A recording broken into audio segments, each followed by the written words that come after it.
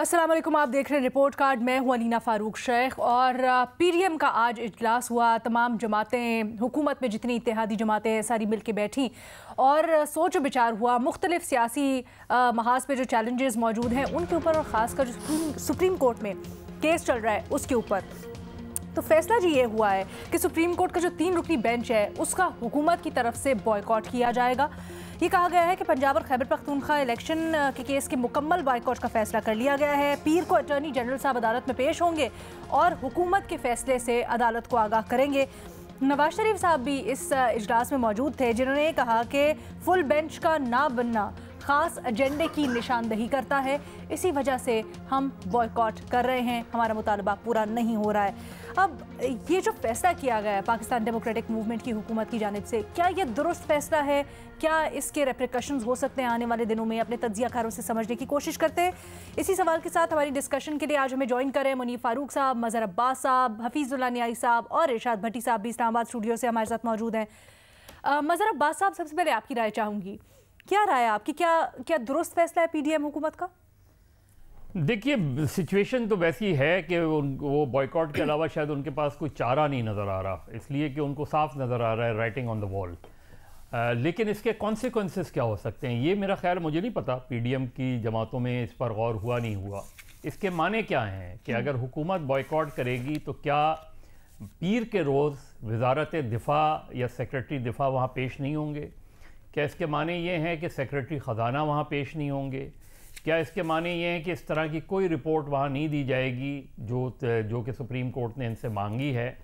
और उसके नतीजे के तौर पे अगर सुप्रीम कोर्ट ये फ़ैसला करती है कि इलेक्शन की जो भी तारीख़ हो वो मुकर्रर करते हैं और इलेक्शन पर वाज़े डायरेक्शन देते हैं, ऑर्डर देते हैं, डायरेक्टिव देते हैं, ये भी मुमकिन है कि आईएसआई और एमआई के लोगों को वो वहाँ बुलाएँ, उनके बारे में उनसे पूछें कि जी आप जो है वो प्रोवाइड कर सकते हैं सिक्योरिटी नहीं।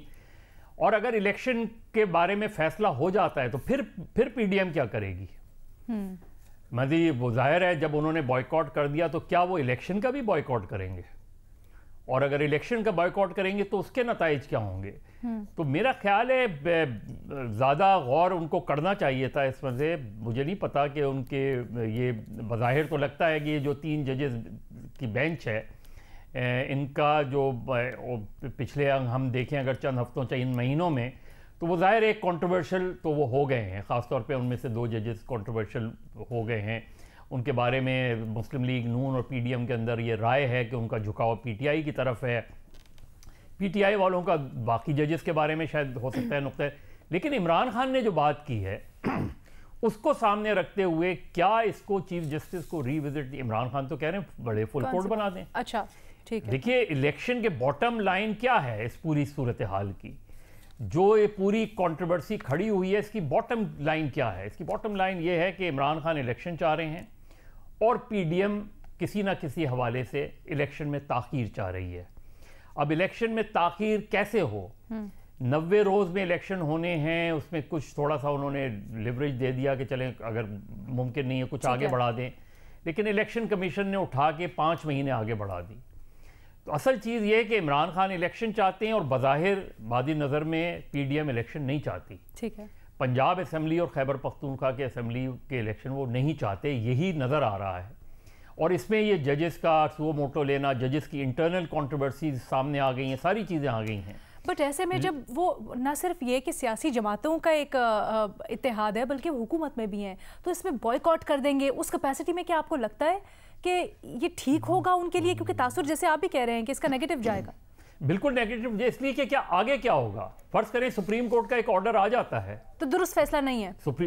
उस लिहाज से अगर आप उनके पास कोई नहीं है लेकिन दुरुस्त फैसला नहीं है, इसलिए कि आगे आपने अगर ये देखा है तो फिर आगे अगर इलेक्शन होंगे तो क्या करेंगे? अगर आप उस इलेक्शन में जाते हैं तो इसका मतलब आप आप जब समझ रहे हैं दुरुस्त फैसला नहीं है, दुरुस्त फैसला इस लिहाज से नहीं है तो क्योंकि इसके कॉन्सिक्वेंसेस मेरा ख्याल है नुकसानदेह होंगे। पीडीएम अगर विक्टिम कार्ड बनना चाहती है, विक्टिम बनना चाहती है किसी फैसले का, वो अलग बात है। लेकिन जजेस की लड़ाई में और जजेस के दरमियान जो तनाज़ात हैं और जो बात है अपनी जगह कि फुल कोर्ट शायद अगर होती तो ये कंट्रोवर्सीज इतनी बढ़ती नहीं। लेकिन अगर बॉयकॉट ही कर जाएंगे आप और उसके नतीजे में तो ये भी हो सकता है कि अगर ministry of finance, ministry of defence नहीं देती तो प्राइम मिनिस्टर को बुला सकती है सुप्रीम कोर्ट और प्राइम मिनिस्टर के खिलाफ भी कार्रवाई हो सकती है। This is a very tricky issue ना, क्योंकि आपको याद है हम पनामा को जब भी डिस्कस करते हैं तो आप हमेशा शिकवा करते हैं कि क्यों पनामा के वक्त नवाज शरीफ साहब ने बॉयकॉट नहीं किया समात का। तो सर यहाँ पर वही उसूल भी लागू होना चाहिए। अलीना, उस वक्त तो बहुत से लोगों ने खुद उस वक्त पीपल्स पार्टी के लोगों ने और नून लीग के लोगों ने कहा था कि पहले आपको पार्लियामेंट में जाना चाहिए था। वहां तो बिल्कुल आप पार्लियामेंट को छोड़ के सुप्रीम कोर्ट पहुंच गए। आपको पार्लियामेंट में जाना चाहिए। मेरे इसके ऊपर मजीद भी सवाल है, हम जरा मुनीब को शामिल गुफ्तगू करते हैं। आपने बड़ा एक दिलचस्प नुक्ता उठाया है मुनीब, इसकी जरा कानूनी तौर पर हमारी रहनुमाई भी कीजिएगा। हुकूमत का सुप्रीम कोर्ट की प्रोसीडिंग्स का बॉयकॉट करने का मतलब क्या होता है कानूनी तौर पर? क्या ये दुरुस्त भी होगा करना? और जिस तरह मदद साहब भी अभी कह रहे थे सेक्रेटरी दिफा, सेक्रेटरी खजाना, क्या वो फिर पेश नहीं होंगे अगर ये लोग भी बॉयकॉट करते हैं तो? अच्छा, सबसे पहली बात तो ये है कि हुकूमत का बॉयकॉट करना अब एसेंशली मेरे ख्याल में ये इंटरप्रिटेशन दुरुस्त है जो आप कर रही हैं या जो मदद साहब फरमा रहे हैं कि हुकूमत का मतलब ये होता है कि फिर हुकूमत के ज़ेर इंतज़ाम जो इदारे हैं, फिर हुकूमत उनको भी मना करती है कि या उनको कि आपने मौक़िफ़ नहीं देना, गो के वो ताबे हैं सुप्रीम कोर्ट के हुक्म के। अगर सुप्रीम कोर्ट से उनसे अगर तो उनको बुलाया है सेक्रेटरी दिफा, जो मुझे लगता है बुलाया है सेक्रेटरी दिफा को भी, मेरा ख्याल है नोटिस किया, मंडे के लिए नोटिस किया, बुलाया। अगर बुलाया है तो वो तो हुक्म है, और अगर वो नहीं जाएंगे तो वो तो फिर कंटेम्प्ट के जुमरे में आ जाएगा। लेकिन मेरे ख्याल में हुकूमत ये कर सकती है कि अटॉर्नी जनरल को कह दे कि अटॉर्नी जनरल इस केस में मजीद मुआवनत नहीं करेंगे, क्योंकि चीफ लॉ ऑफिसर तो वही है।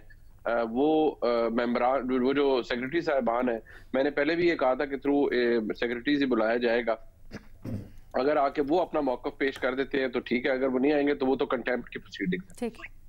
दूसरी बात ये है कि माजी बहुत ज्यादा पीछे का तो मुझे याद नहीं है फ्रैंकली, लेकिन मुझे इतना याद है कि 63A की इंटरप्रिटेशन का जो मामला था उसमें भी एक स्टेज शायद ये आई थी, और फिर जो बाद में उसी के अंदर ही जो चल रहा था, तो फिर ये हुकूमत ने जब जो फुल बेंच है उसकी इस्तदा उस वक्त मंजूर नहीं हुई थी, तो मुझे अभी भी याद है कि हुकूमत ने फैसला किया था कि हम इस पर कोई मजीद बात नहीं करेंगे, ना ही अदालत के सामने कोई अपनी मौक़िफ़ रखेंगे। और फिर जारी बात है उसका जो फैसला आया वो हमारे सामने है। यहाँ दो चीजें हैं, एक ये है कि अगर हुकूमत नहीं जाती तो लिटरल मीनिंग तो ये है कि वो अपने सेक्रेटरीज को भी मना करेंगे कि आपने अदालत पे नहीं जाना और नहीं बताना। दूसरी सूरत ये हो सकती है कि सेक्रेटरी साहिबान जाएं और जो हुकूमत ने उन्हें बताया हुआ है, जो हुकूमत की पोजीशन है, वो जाके वो बता दें, लेकिन हुकूमत अटॉर्नी जनरल को उन प्रोसीडिंग से विड्रॉ कर लेगी कि अटॉर्नी जनरल इनमें मुआवनत नहीं करेंगे। याद रहे कि अभी बाकी जमातों ने जिन्होंने कहा है कि हमें इसके अंदर पार्टी बनाया जाए, मुझे लगता है कि अभी तक उनको इस मामले में दाखिल होने की इजाजत नहीं मिली है अदालत से, लिहाजा फिर ये बड़ा वन साइडेड किस्म का काम होगा। लेकिन आप ये देखिए उससे फर्क क्या पड़ता है। 63A के मामले के ऊपर भी एट द एंड हुकूमत ने ये किया, but what difference did it make? अच्छा, आज अगर ये मुझे जरा, sorry I am cutting you of, मुझे जरा याद करवाइएगा, उस वक्त तो पीटीआई की हुकूमत ही थी, क्योंकि वोट ऑफ नो कॉन्फिडेंस तो दरमियान में आ गया, लेकिन पीटीआई थी, ये लोग पार्टीज के तौर पर उसमें पेश हो रहे थे, ऐसा नहीं था क्या? नहीं, 63A तो मैं अभी पीछे हुआ है ना जी, जब ये पंजाब के अंदर हमजा शहबाज की हुकूमत थी बनी, और जब वो जो लोग जिन्होंने वोट दिए फ्लोर क्रॉसिंग, 63A का मामला तो उस वक्त इन्वोक हुआ ना सारा। उस वक्त तो वफाक के अंदर हुकूमत आ चुकी थी पीडीएम की, और पंजाब के अंदर आपको पता है ले दे हो रही थी। उसी के नतीजे में तो फिर आगे परवेज इलाही साहब फिर वज़ीर आला बने और सब कुछ हुआ। वो तो सारा इंटरप्रिटेशन ही 63A की उस वक्त सारी सब कुछ सामने आया और सब कुछ हुआ। तो अगर हम इस सारे को देखें तो वो उसका कोई मटेरियल डिफरेंस नहीं हुआ था। यहाँ पर भी हुकूमत के पास ये बात दुरुस्त है कि हुकूमत के पास कोई और चॉइस नहीं है। आप जाके ये वो हालात तो है नहीं कि आप सुप्रीम कोर्ट को जाके स्टॉर्म कर दें जो 1997 में हुआ था, लेकिन आज जो हालात हैं, बेशक बहुत से सवालात उठाए जा सकते हैं उमर अताब बंदयाल साहब के कॉन्डक्ट के ऊपर बहसियत चीफ जस्टिस ऑफ पाकिस्तान के, वो गुरेजा हैं फुल कोर्ट बनाने से, और उनकी जो लॉजिक है या तुक है वो उनके साथ जो ब्रदर जजेस हैं, खासतौर पर 2 मोअज़्ज़ज़ जज साहबान, वो ये कह रहे हैं कि आप उनका जो मुकालमा रिपोर्ट हुआ अटॉर्नी जनरल के साथ कि जनाब जस्टिस मुनीब अख्तर फरमाते हैं कि आप फुल कोर्ट की बात तो ऐसे कह रहे हैं जैसे कोई कैंडी होती है, यानी कोई टॉफी मांग रहे हैं। तो बात टॉफी की नहीं है, बात तो प्रोप्राइटी की है, बात तो फेयरनेस की है। बात तो इक्वालिटी की है। और सुप्रीम कोर्ट के या तो मानी चेंज कर दें, जहां पर भी सुप्रीम कोर्ट आइन के अंदर लिखा है वहां लिख दें कि chief justice and his like minded. तो फिर आपके ख्याल में भी कि फैसला, आपके ख्याल में फैसला दुरुस्त है फिर, क्योंकि कोई ऑप्शन नहीं है? और या मेरे ख्याल कोई में अच्छा तरीका हो सकता था, बेहतर तरीका हो सकता था। देखिए, एक बिलिगर्ड सी हुकूमत है इस वक्त और उनका बस नहीं चल रहा। फैक्ट ये है, किसी को अच्छा लगे या बुरा लगे, देखिए जिस चीज के गिर्द घूम रहे हैं आप इस बात पे तो बहस कर नहीं सकते कि 90 दिन आइन के अंदर मौजूद है। इशू यहाँ ये है कि जो कॉन्डक्ट है ऑनरेबल सुप्रीम कोर्ट के जज साहिबान का, उससे तशवीश है। और जब चीफ जस्टिस साहब एक नहीं दो नहीं कई दफा मुतअद्दिद दरखास्तों के बावजूद आईनी मामला हो, ये मामला हो, अपने ब्रदर जजेस के साथ बैठना पसंद नहीं फरमा रहे, सीनियर प्यून जज को अपने साथ नहीं बिठा रहे, उनसे जो जूनियर जज है उनको अपने साथ नहीं बिठाना चाह रहे, अपनी मर्जी फरमा रहे हैं, तो फिर जाहिर बात है सवाल तो उठेंगे। हैं तो हम एक पॉलिटिकल डोमेन के अंदर ही ना। It's a case of political nature, it is a case of political implications. ठीक है भट्टी साहब, आप इसकी पॉलिटिकल इम्प्लीकेशंस क्या देख रहे हैं पाकिस्तान डेमोक्रेटिक मूवमेंट की हुकूमत के लिए? देखिए मैडम शेख, सबसे पहले तो खुशी की बात यह है कि मेरे महबूब कायद मियां मोहम्मद नवाज शरीफ ने अदम एतमाद का इजहार कर दिया 3 रुकनी बेंच पे। छोड़िए वो अदालतों को मतलूब हैं, छोड़िए वो आईनी कानूनी तौर पर मुजरम हैं, ये मुहज़्ज़ब मुआशरों की बातें हैं, ये ज़िंदा कौमों की बातें हैं। ख़बर ये है कि मेरे महबूब कायद तंदुरुस्त हैं, खबर ये है कि मेरे महबूब कायद बोले और खुलकर बोले, और ख़बर ये है कि मेरे महबूब कायद ने 3 रुकनी बेंच मुस्तरद कर दिया। मैडम शेख, ज़रा ये जो मुनीब भाई कह रहे हैं कंडक्ट और chief justice, honourable chief justice और तशवीश और जूनियर जज और सीनियर जज, यहाँ तक सूरत हाल क्यों पहुँची?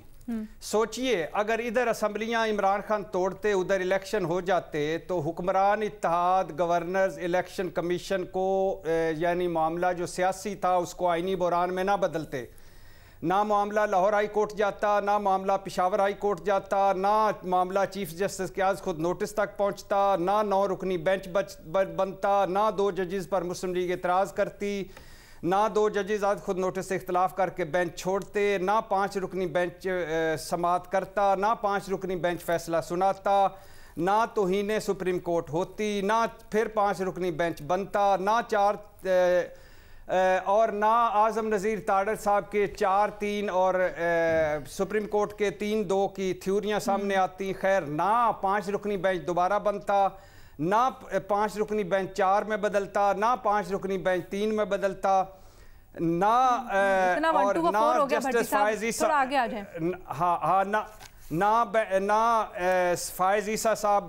ईसा साहब वाले बेंच का फैसला आता, ना फुर्तियों भरी आज खुद नोटिस कानून साजी होती, ना अदलिया तकसीम होती, ना आईनी बहरान रहता, ना आईनी बहरान होता, ना मुल्क कौम बहरान दर बहरान में होती। और जैसे कि कहा आपने कल के, अगर ये उस वक्त इलेक्शन करवा देते तो इतनी बार बेंच ना टूटता जितनी बार फिल्म में देवदास का दिल नहीं टूटा। और दूसरी बात मैडम शेख के ना नौबत यहाँ तक पहुँचती कि हमारे तारड़ साहब को कहना पड़ता जब जब सज्जाद अली शाह आता है तब तब तारड़ आता है, माँ तेरे करण अर्जुन आ गए, माँ तेरे करण अर्जुन आ गए। तो अच्छा, अब ये सूरत हाल ये ना जाती, भाग रहे हैं ये इलेक्शन से, बहरान पैदा किया इन्होंने। एक सियासी बहरान को पहले बदला आईनी बहरान में, फिर बदला अदालती बहरान में, और अब उस अदालती बहरान पर खेल रहे हैं। और हम सारे कह रहे हैं कि ये तो आइन में लिखा हुआ है कि 90 दिन के अंदर इंतखाबात होंगे, लेकिन मेरे चीफ जस्टिस साहब ने ये कर दिया, मेरे चीफ जस्टिस साहब ने, भाई चीफ जस्टिस साहब तक बात पहुंची क्यों? मामला कोर्ट पहुंचा क्यों? बात भट्टी साहब की वैसे सही है, बेशक भट्टी साहब बहुत लंबा पूरे शहर में रक्षा अपना घुमा के लेके आए मुद्दे पे, लेकिन भट्टी साहब की बात में वजन है। ये जो सारा मामला बनता ही ना, अगर हुकूमत सीधा सीधा आइन में लिखा है ना 90 दिन, हम सब इसके ऊपर कर रहे हैं, एक है। देखिए, भट्टी साहब ने जो अपना आर्गुमेंट दिया है, अगर तो मुझे क्योंकि भट्टी साहब ने बीच में बात इतनी लंबी की तो मुझे थोड़ा सा भूल गया कि उन्होंने कहा अगर ये ना होता मुझे जहां तक समझ आई है कि अगर वो कह रहे हैं कि जब इमरान खान साहब कह रहे थे तब इलेक्शन, वो पिछले साल की बात कर रहे हैं या ये अब जब असेंबलियों की तहलील होने की बात कर रहे हैं उस वक्त? सर वो कह रहे हैं जब इमरान खान साहब ने असेंबलियां तहलील कर दी थी उसके बाद 90 दिन के अंदर इलेक्शन करवा दिए जाते हैं सूबाई असेंबलीज में। हो गई थी। हाँ ठीक है, 90 दिन के अंदर सूबाई असेंबली। देखिए बात बिल्कुल, देखिए मैं वही अर्ज कर रहा हूँ कि जो बात कानूनी है, आईनी, उसे तो कोई तोड़ मरोड़ सकता ना, लेकिन थोड़ा सा हमें रियलिटी से को डिसरिगार्ड भी नहीं करना चाहिए। फैक्ट ये है कि मुल्क के अंदर अगर 2 असेंबलियों के अंदर असेंबलियां तहलील हुई वक्त से पहले, आईन 90 रोज का कहता है, बिल्कुल होना चाहिए। इशू सिर्फ यहाँ पर यह है कि किसी भी सूरत के अंदर, किसी भी मामले के अंदर अगर कोई चीज सुप्रीम कोर्ट में चली गई है या अगर चीफ जस्टिस साहब ने उसका नोटिस ले लिया है, बहुत से लोग उसको इक्वेट कर रहे हैं कि जी वो जब आप लोग अब सुओ मोटो पे क्यों कहते हैं, उस वक्त क्यों नहीं कहा था जब इमरान खान साहब ने वो तरीके अदम एतमाद को 2 नंबरी उसके साथ करवाई थी कासिम सूरी साहब और फवाद चौधरी साहब से, तो वो 12 जजेस थे जिन्होंने ये असेंबली में गया क्यों? मेरा सवाल ये मामला असेंबली में गया क्यों? इमरान खान ने जो 2 नंबरी की होगी, आज जो 2 नंबरी हो रही है, ये 2 नंबरी क्यों हुई? जब असेंबलियां टूटी, उधर इलेक्शन हो जाता 90 दिन में, तो फिर नहीं, मैं आपसे ही सवाल कर रहा हूँ सर, मैं आपसे। चलिए भट्टी साहब आपका सवाल आ गया, भट्टी साहब आपका सवाल आ गया, मुनीब साहब का जवाब ले लें। ओके भट्टी साहब, डिले है आपकी आवाज में, थोड़ा बात पूरी करने दें, आवाज नहीं आ रही मुनीब जी। अब आवाज आ रही है मेरी? जी जी जी मुनीब जी। अब बात यह है कि पहले तो इस बात को ज़हन में नशीन कर दीजिए कि जो मैं बात कर रहा था कि उस वक्त भी 12 जजेस थे जिन्होंने कहा था कि सुओ मोटो लिया जाए, ठीक हो गया। बुनियादी बात अपनी जगह, मैं तो हर आर्गुमेंट का आगाज यहाँ से करता हूँ कि बिल्कुल 90 दिन के अंदर होना चाहिए, सब कुछ होना चाहिए, लेकिन यहाँ इशू ये है कि अगर अब फौज को आपका ख्याल है कि अगर फौज मना कर रही है कि हमने अपने पर्सनल नहीं देने, तो मियां नवाज शरीफ ने फोन किया है मिनिस्ट्री ऑफ डिफेंस को या आर्मी चीफ को कहा है कि भाई आपने अपने बंदे नहीं देने? क्या हाई कोर्ट्स को मियां नवाज शरीफ ने फोन किया है या पीडीएम की हुकूमत ने किया है? चलो खजाने की बात तो आ गई जी कि उस पे तो मियां नवाज शरीफ का हुक्म चल रहा होगा या पीडीएम का चल रहा होगा। क्या आर्मी चीफ को भी उन्होंने कहा है कि भाई आपने बंदे नहीं देने? भट्टी साहब, क्या हाई कोर्ट्स को भी आपने कहा है कि ठीक है मुनीब, आपका पॉइंट आ गया, मैं न्याय साहब को शामिल होने दे। अलीना मुख्तसर कीजिएगा प्लीज। क्या सेंसस की जो बात है कि सेंसस होना है जो कि हो रहा है और डिलिमिटेशन हो रही है, क्या ये बातें आज पीडीएम की हुकूमत ने की होंगी? मेरा मकसद ये है कि अगर कोई एम्बिग्विटी आ जाती है, कोई प्रॉब्लम आ जाता है, तो सुप्रीम कोर्ट में चला जाता है। सवाल यहाँ ये नहीं है कि जी जज साहब क्यों उस पर बैठ रहे हैं, सवाल ये है कि अगर फरीकैन जाते हैं, प्रोप्राइटरी क्या होती है या फेयरनेस क्या होती है? अच्छा। वो अदालत से कहा जाता है कि हुजूर वाला it's a constitutional matter, it's a matter of political nature, it has political implications. Sir आप जो बात कर रहे हैं वो अपनी जगह बिल्कुल दुरुस्त है, लेकिन मैं सवाल को थोड़ा सा फिर रिफ्रेज कर देती हूँ इसको बेहतर तरीके से समझाने के लिए। भट्टी साहब उसको मुख्तलिफ तरीके से बयान करें, मज़े साहब ने उसकी तरफ एक अलग तरीके से अपने तरीके से निशानदेही की, और वो लोग बेसिकली ये कहते हैं, एक मिनट ना भट्टी साहब, असेंबलियां 2 टूटते और 7 और इलेक्शंस करवा देते 90 दिन के अंदर अंदर। ठीक है भट्टी साहब, आपका पॉइंट आ गया, मुझे न्याजी साहब को करने दे। अलीना एक मिनट, इलेक्शन कौन करवाता है? इलेक्शन कमीशन, गवर्नर्स डेट देते हैं, इलेक्शन कमीशन गवर्नर्स डेट देते हैं, इलेक्शन कमीशन करवाते हैं, और दोनों मुकर गए, दोनों ने सियासी मुनीब साहब समझते कोई और कराता है। रुक जाए भट्टी साहब, रुक जाए। इलेक्शन कमीशन कौन कराता है? कमीशन ने डेट दे दी 30 अप्रैल की। ठीक है, सवाल ये है कि क्या इलेक्शन कमीशन को वो तमाम सहूलतें मुयस्सर हुई जो कि मिलनी चाहिए थी? अब जब वो दे नहीं रहा या मिल नहीं रही, तो इलेक्शन कमीशन क्या घर से अपने मुलाजिम लेकर आए और उसके इलेक्शन करवाए? अच्छा एक सेकेंड, न्याजी साहब आप कहिएगा। सर जिस तरह से भट्टी साहब भी कह रहे हैं, मज़े साहब भी कह रहे हैं, उनका मानना ये है कि कहीं ऐसा तो नहीं है कि जानबूझ के सारा जो मामला है इसको उलझाया जा रहा है, क्योंकि इस तरह से भी पीडीएम जमातों को ही बेनिफिट जाता है? देखिए जी, पहली बात तो तय है कि फर्ज किया ये जो बेंच बने 3 का, इसकी वजह दूसरा बेंच बन गया, तो इमरान खान मान लेंगे? नहीं मानेंगे। अगर वो नहीं मानेंगे तो इनको जो बेंच उमर पंजाब साहब चीफ जस्टिस साहब ने बनाया है वो दूसरी जमात के लिए नाकाबिले कबूल है। देखो जो बात समझने की है कि आपके जो सियासी जो तसादम है उसने डेरे डाल दिए जाके सुप्रीम कोर्ट के अंदर। वहां पे एक सियासी जंग शुरू है। जो पाकिस्तान के अंदर अफरात और तफरीद फैली हुई थी उन्हें जाके वो सुप्रीम कोर्ट में बड़ा जबान हो गई है। मुझे ये बताएं कि जो उनका एक मुतालबा है कि जैसे कि फुल बेंच का उमर का बंजाल साहब ने उसको अना का मसला कहाँ से और क्यों किस तरह बना लिया।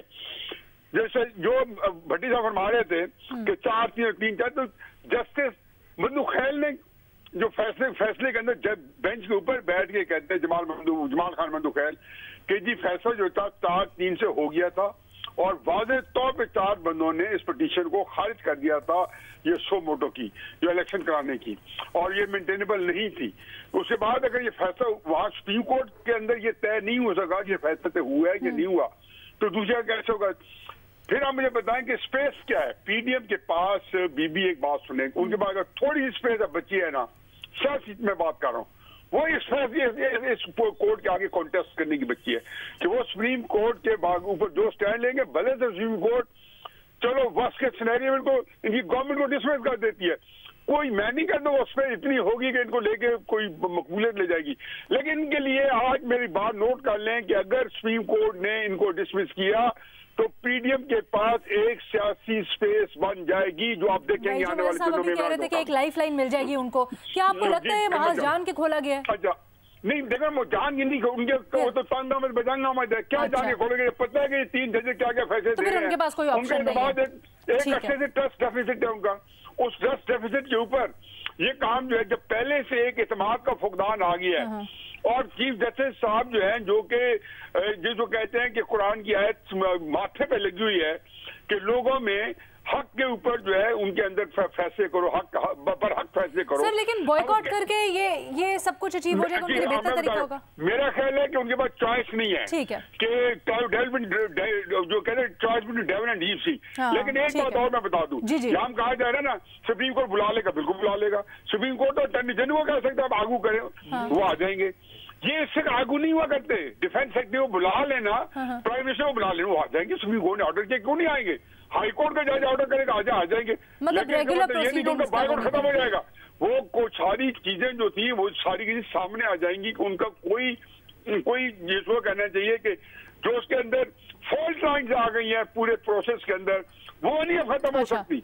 मज़े साहब कुछ कहना चाहते हैं, जरा मुख्तसर रखिएगा मज़े साहब। देखिए असल चीज क्या है, असल चीज ये है कि सुप्रीम कोर्ट ये ऑर्डर कर देती है तमाम तर, उसके बावजूद सिक्योरिटी एजेंसीज सुप्रीम कोर्ट के सामने आके ये कहती हैं कि हम सिक्योरिटी देने को तैयार हैं। ओके ठीक है, और सुप्रीम कोर्ट का ये ऑर्डर आता है 3 रुकनी बेंच का कि इलेक्शन फुला तारीख को election commission should conduct the election. क्या पीडीएम जो सुप्रीम कोर्ट का बॉयकॉट कर रही है सुप्रीम कोर्ट के इस ऑर्डर के मुताबिक इलेक्शन में जाएगी या नहीं जाएगी? ये एक बहुत बड़ा सवाल है। आई थिंक इस डिबेट को फिल वक्त के लिए यहीं पे छोड़ देते हैं इस नोट के साथ कि हमारा पैनल डिवाइडेड है। मज़हर अब्बास साहब और भट्टी साहब ये कह रहे हैं कि जी ये जो फैसला है बॉयकॉट करने का वो दुरुस्त नहीं है, और भट्टी साहब तो इसको और पीछे ले जाते हैं कि ये सारा कुछ हुकूमत का क्रिएट किया हुआ है। मुनीर फारूक साहब और न्याजी साहब गो के ये कह रहे हैं कि फैसला उनके पास कोई ऑप्शन नहीं थी और क्या करते। इसको हम मज़ीद भी आने वाले दिनों में देखते हैं किस तरह से टर्न आउट करता है। अभी एक ब्रेक लेते हैं, उसके बाद दूसरे सवाल के साथ हाजिर होते हैं।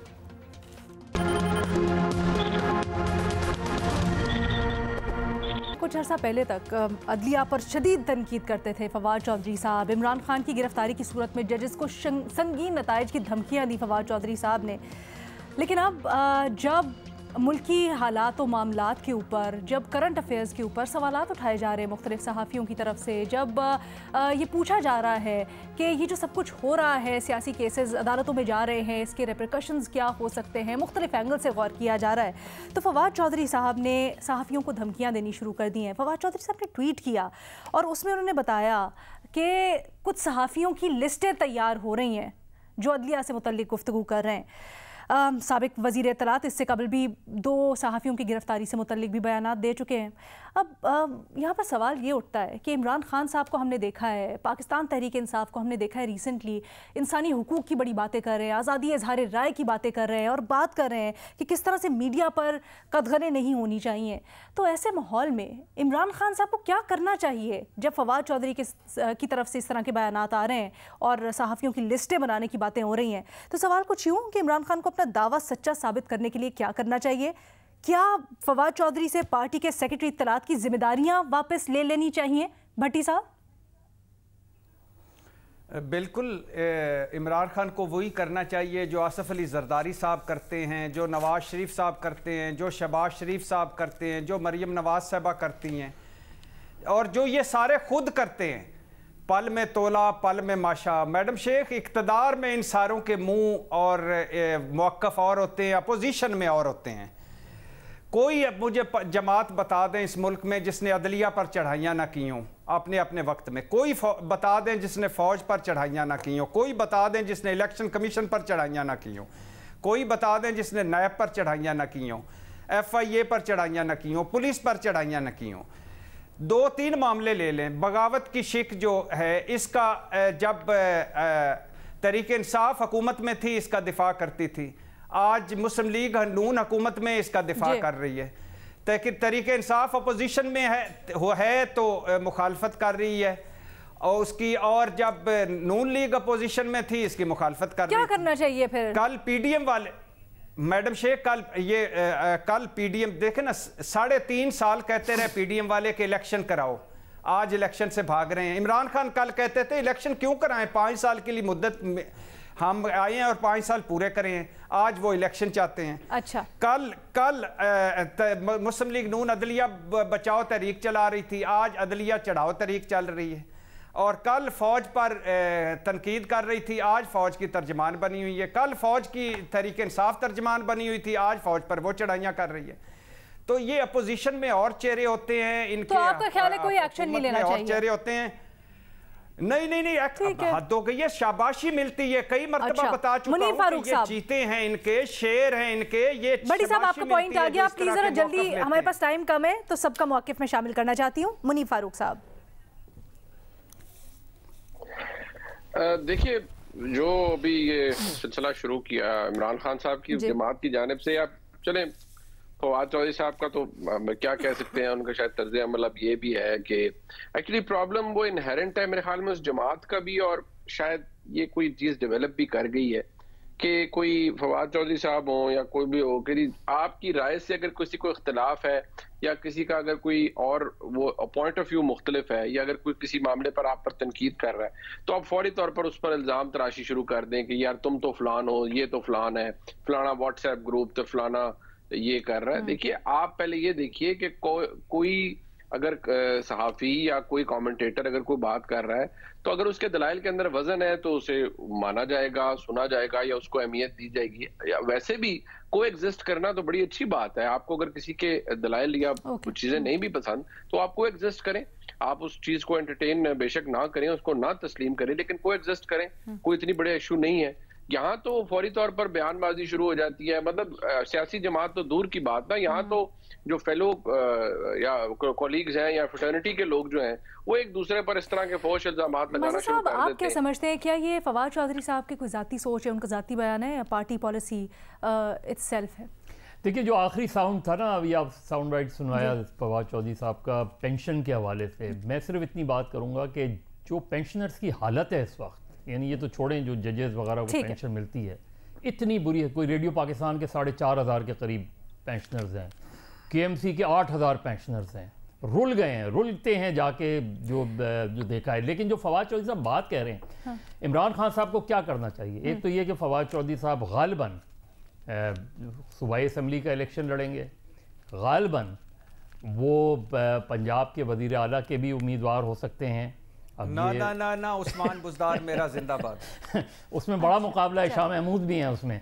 लेकिन फवाद चौधरी साहब को इमरान खान ने वज़ारत इत्तलात से क्यों हटाया था? इसलिए हटाया था कि वो इस तरह की चीज़ें करके फवाद चौधरी साहब गैर ज़रूरी तौर पे इमरान खान साहब को मुश्किल में डालते हैं। आप क्यों इससे पहले आप आजमा पैका ऑर्डिनेंस ला, आपने कोशिश करके देख ली ना पैका ऑर्डिनेंस, आप लिस्ट बना के भी देख लें। उस लिस्ट पर जब हुकूमत में आए अमल दरामद भी करें, उन सहाफ़ियों के खिलाफ कार्रवाइयाँ भी कर लें, उठवा भी लें। ये सारी चीजें हम देख चुके हैं। फवाद चौधरी साहब, थोड़ा सा एहतियात किया करें। अच्छा, एग्री टू डिसएग्री पे टॉलरेट करें। हर कोई जरूरी नहीं है कि आपके हक में बोले, बहुत से लोग आपके खिलाफ भी बोल सकते हैं। वैसे ये बड़ी दिलचस्प बात है कि बात तो करती हैं पॉलिटिकल पार्टीज और खासकर पाकिस्तान तहरीक इंसाफ, हम सोशल मीडिया पे देख रहे होते हैं। न्यायी साहब जी मुनीफ फारूक साहब, मैं अगर एक न्यायी साहब से इजाजत के साथ, ये हक और जिस तरह मदद साहब कह रहे हैं ना, हक और खिलाफ का भी मैं इसमें सिर्फ ये अर्ज करूंगा कि पॉइंट ऑफ व्यू है ना जी, ठीक है, फैक्ट्स कोई डिस्कार्ड ना करे, बिल्कुल ठीक है, पॉइंट ऑफ व्यू है, या हक खिलाफ को वो हम उसकी तशरीह बड़ी और कर देते हैं। यहाँ पर तो वो हो जाता है ना, इमरान खान हम लेबल लगा लेते हैं, अगर हमारे व्यू से मुताबिकत नहीं रखता जो मुखालिफ व्यू है, हम उसके ऊपर लेबल लगा देते हैं। फवाद चौधरी साहब ने जाती तौर पे, मैंने जाती तौर पे कहा था, और उनके बाद भी इस हुकूमत में भी इस्लामाबाद हाई कोर्ट के चीफ जस्टिस को भी भिजवाया कि डिफेमेशन लॉज बेहतर करें। सर, न्याजी साहब का पॉइंट ऑफ व्यू मुझे शामिल करने दीजिएगा, प्रोग्राम में वक्त तकरीबन खत्म हो चुका है। न्याजी साहब, अगर मुखालिफिन की राय से आपको इख्तलाफ है, कोई बात नहीं, दलाइल से कायल कर लें, ये किस तरह की मंतक है कि लिस्टें, हिट लिस्टें बनने शुरू हो जाती हैं? पता नहीं फवाद चौधरी साहब ने कौन सी ऐसी बात कर दी, इमरान खान साहब लीडर नहीं कर चुके। मेरा ख्याल है कि बाकी ये बात बिल्कुल मेरे दोस्तों की दुरुस्त है कि हर सियासी जमात जो है उसने कभी न कभी किसी न किसी मौके पे तजावुज किया है कि उनके खिलाफ और चीज आई है तो उन्होंने एक स्टैंड ले लिया, उनके हक में आ रही है तो उन्होंने उसी अदलिया के लिए ऐसे लगा रही जैसे उनको रिप्रेजेंट कर रहे हैं। लेकिन वो एक विद लिमिट थी। इमरान खान साहब हो या उनके जो है चाहने वाले मानने वाले हो, उन्होंने बेसिक बुनियादी तौर पर वो सारी लिमिट्स क्रॉस कर जाते हैं। वो किसी एग्जीक्यूटिव के हेड को उसको ललकारते हुए नहीं झिझकते, चाहे एस्केलेशन को जब ललकारा तो उन्होंने हर इंतहा पे ललकारा। आर्मी चीफ को जब गद्दार कह दिया तो क्या में रह जाती है, जब अदलिया को ललकारा तो कोई हाथ नहीं किया। जेबा चौधरी के बाद उन्होंने कहा तुमसे भी निपट लेंगे, जल से आमे कह रहे थे। डी चौक में जब फैसला आया तो उन्होंने यही कहा कि मैं चलो और सर आप बिल्कुल अपनी जगह बजा फरमा रहे हैं, लेकिन एक चीज़ यहाँ पर ऐड कर देनी चाहिए, खासकर अगर मीडिया से मुतालिक उनको कोई तहफ़्फ़ुज़ात है तो मीडिया प्लेटफॉर्म्स, फोरम्स उनके ऊपर उनके पास मौजूद हैं, वो आए बिल्कुल अपना जवाब दे दें। इसी नोट के ऊपर इजाज़त दें, अल्लाह हाफ़िज़।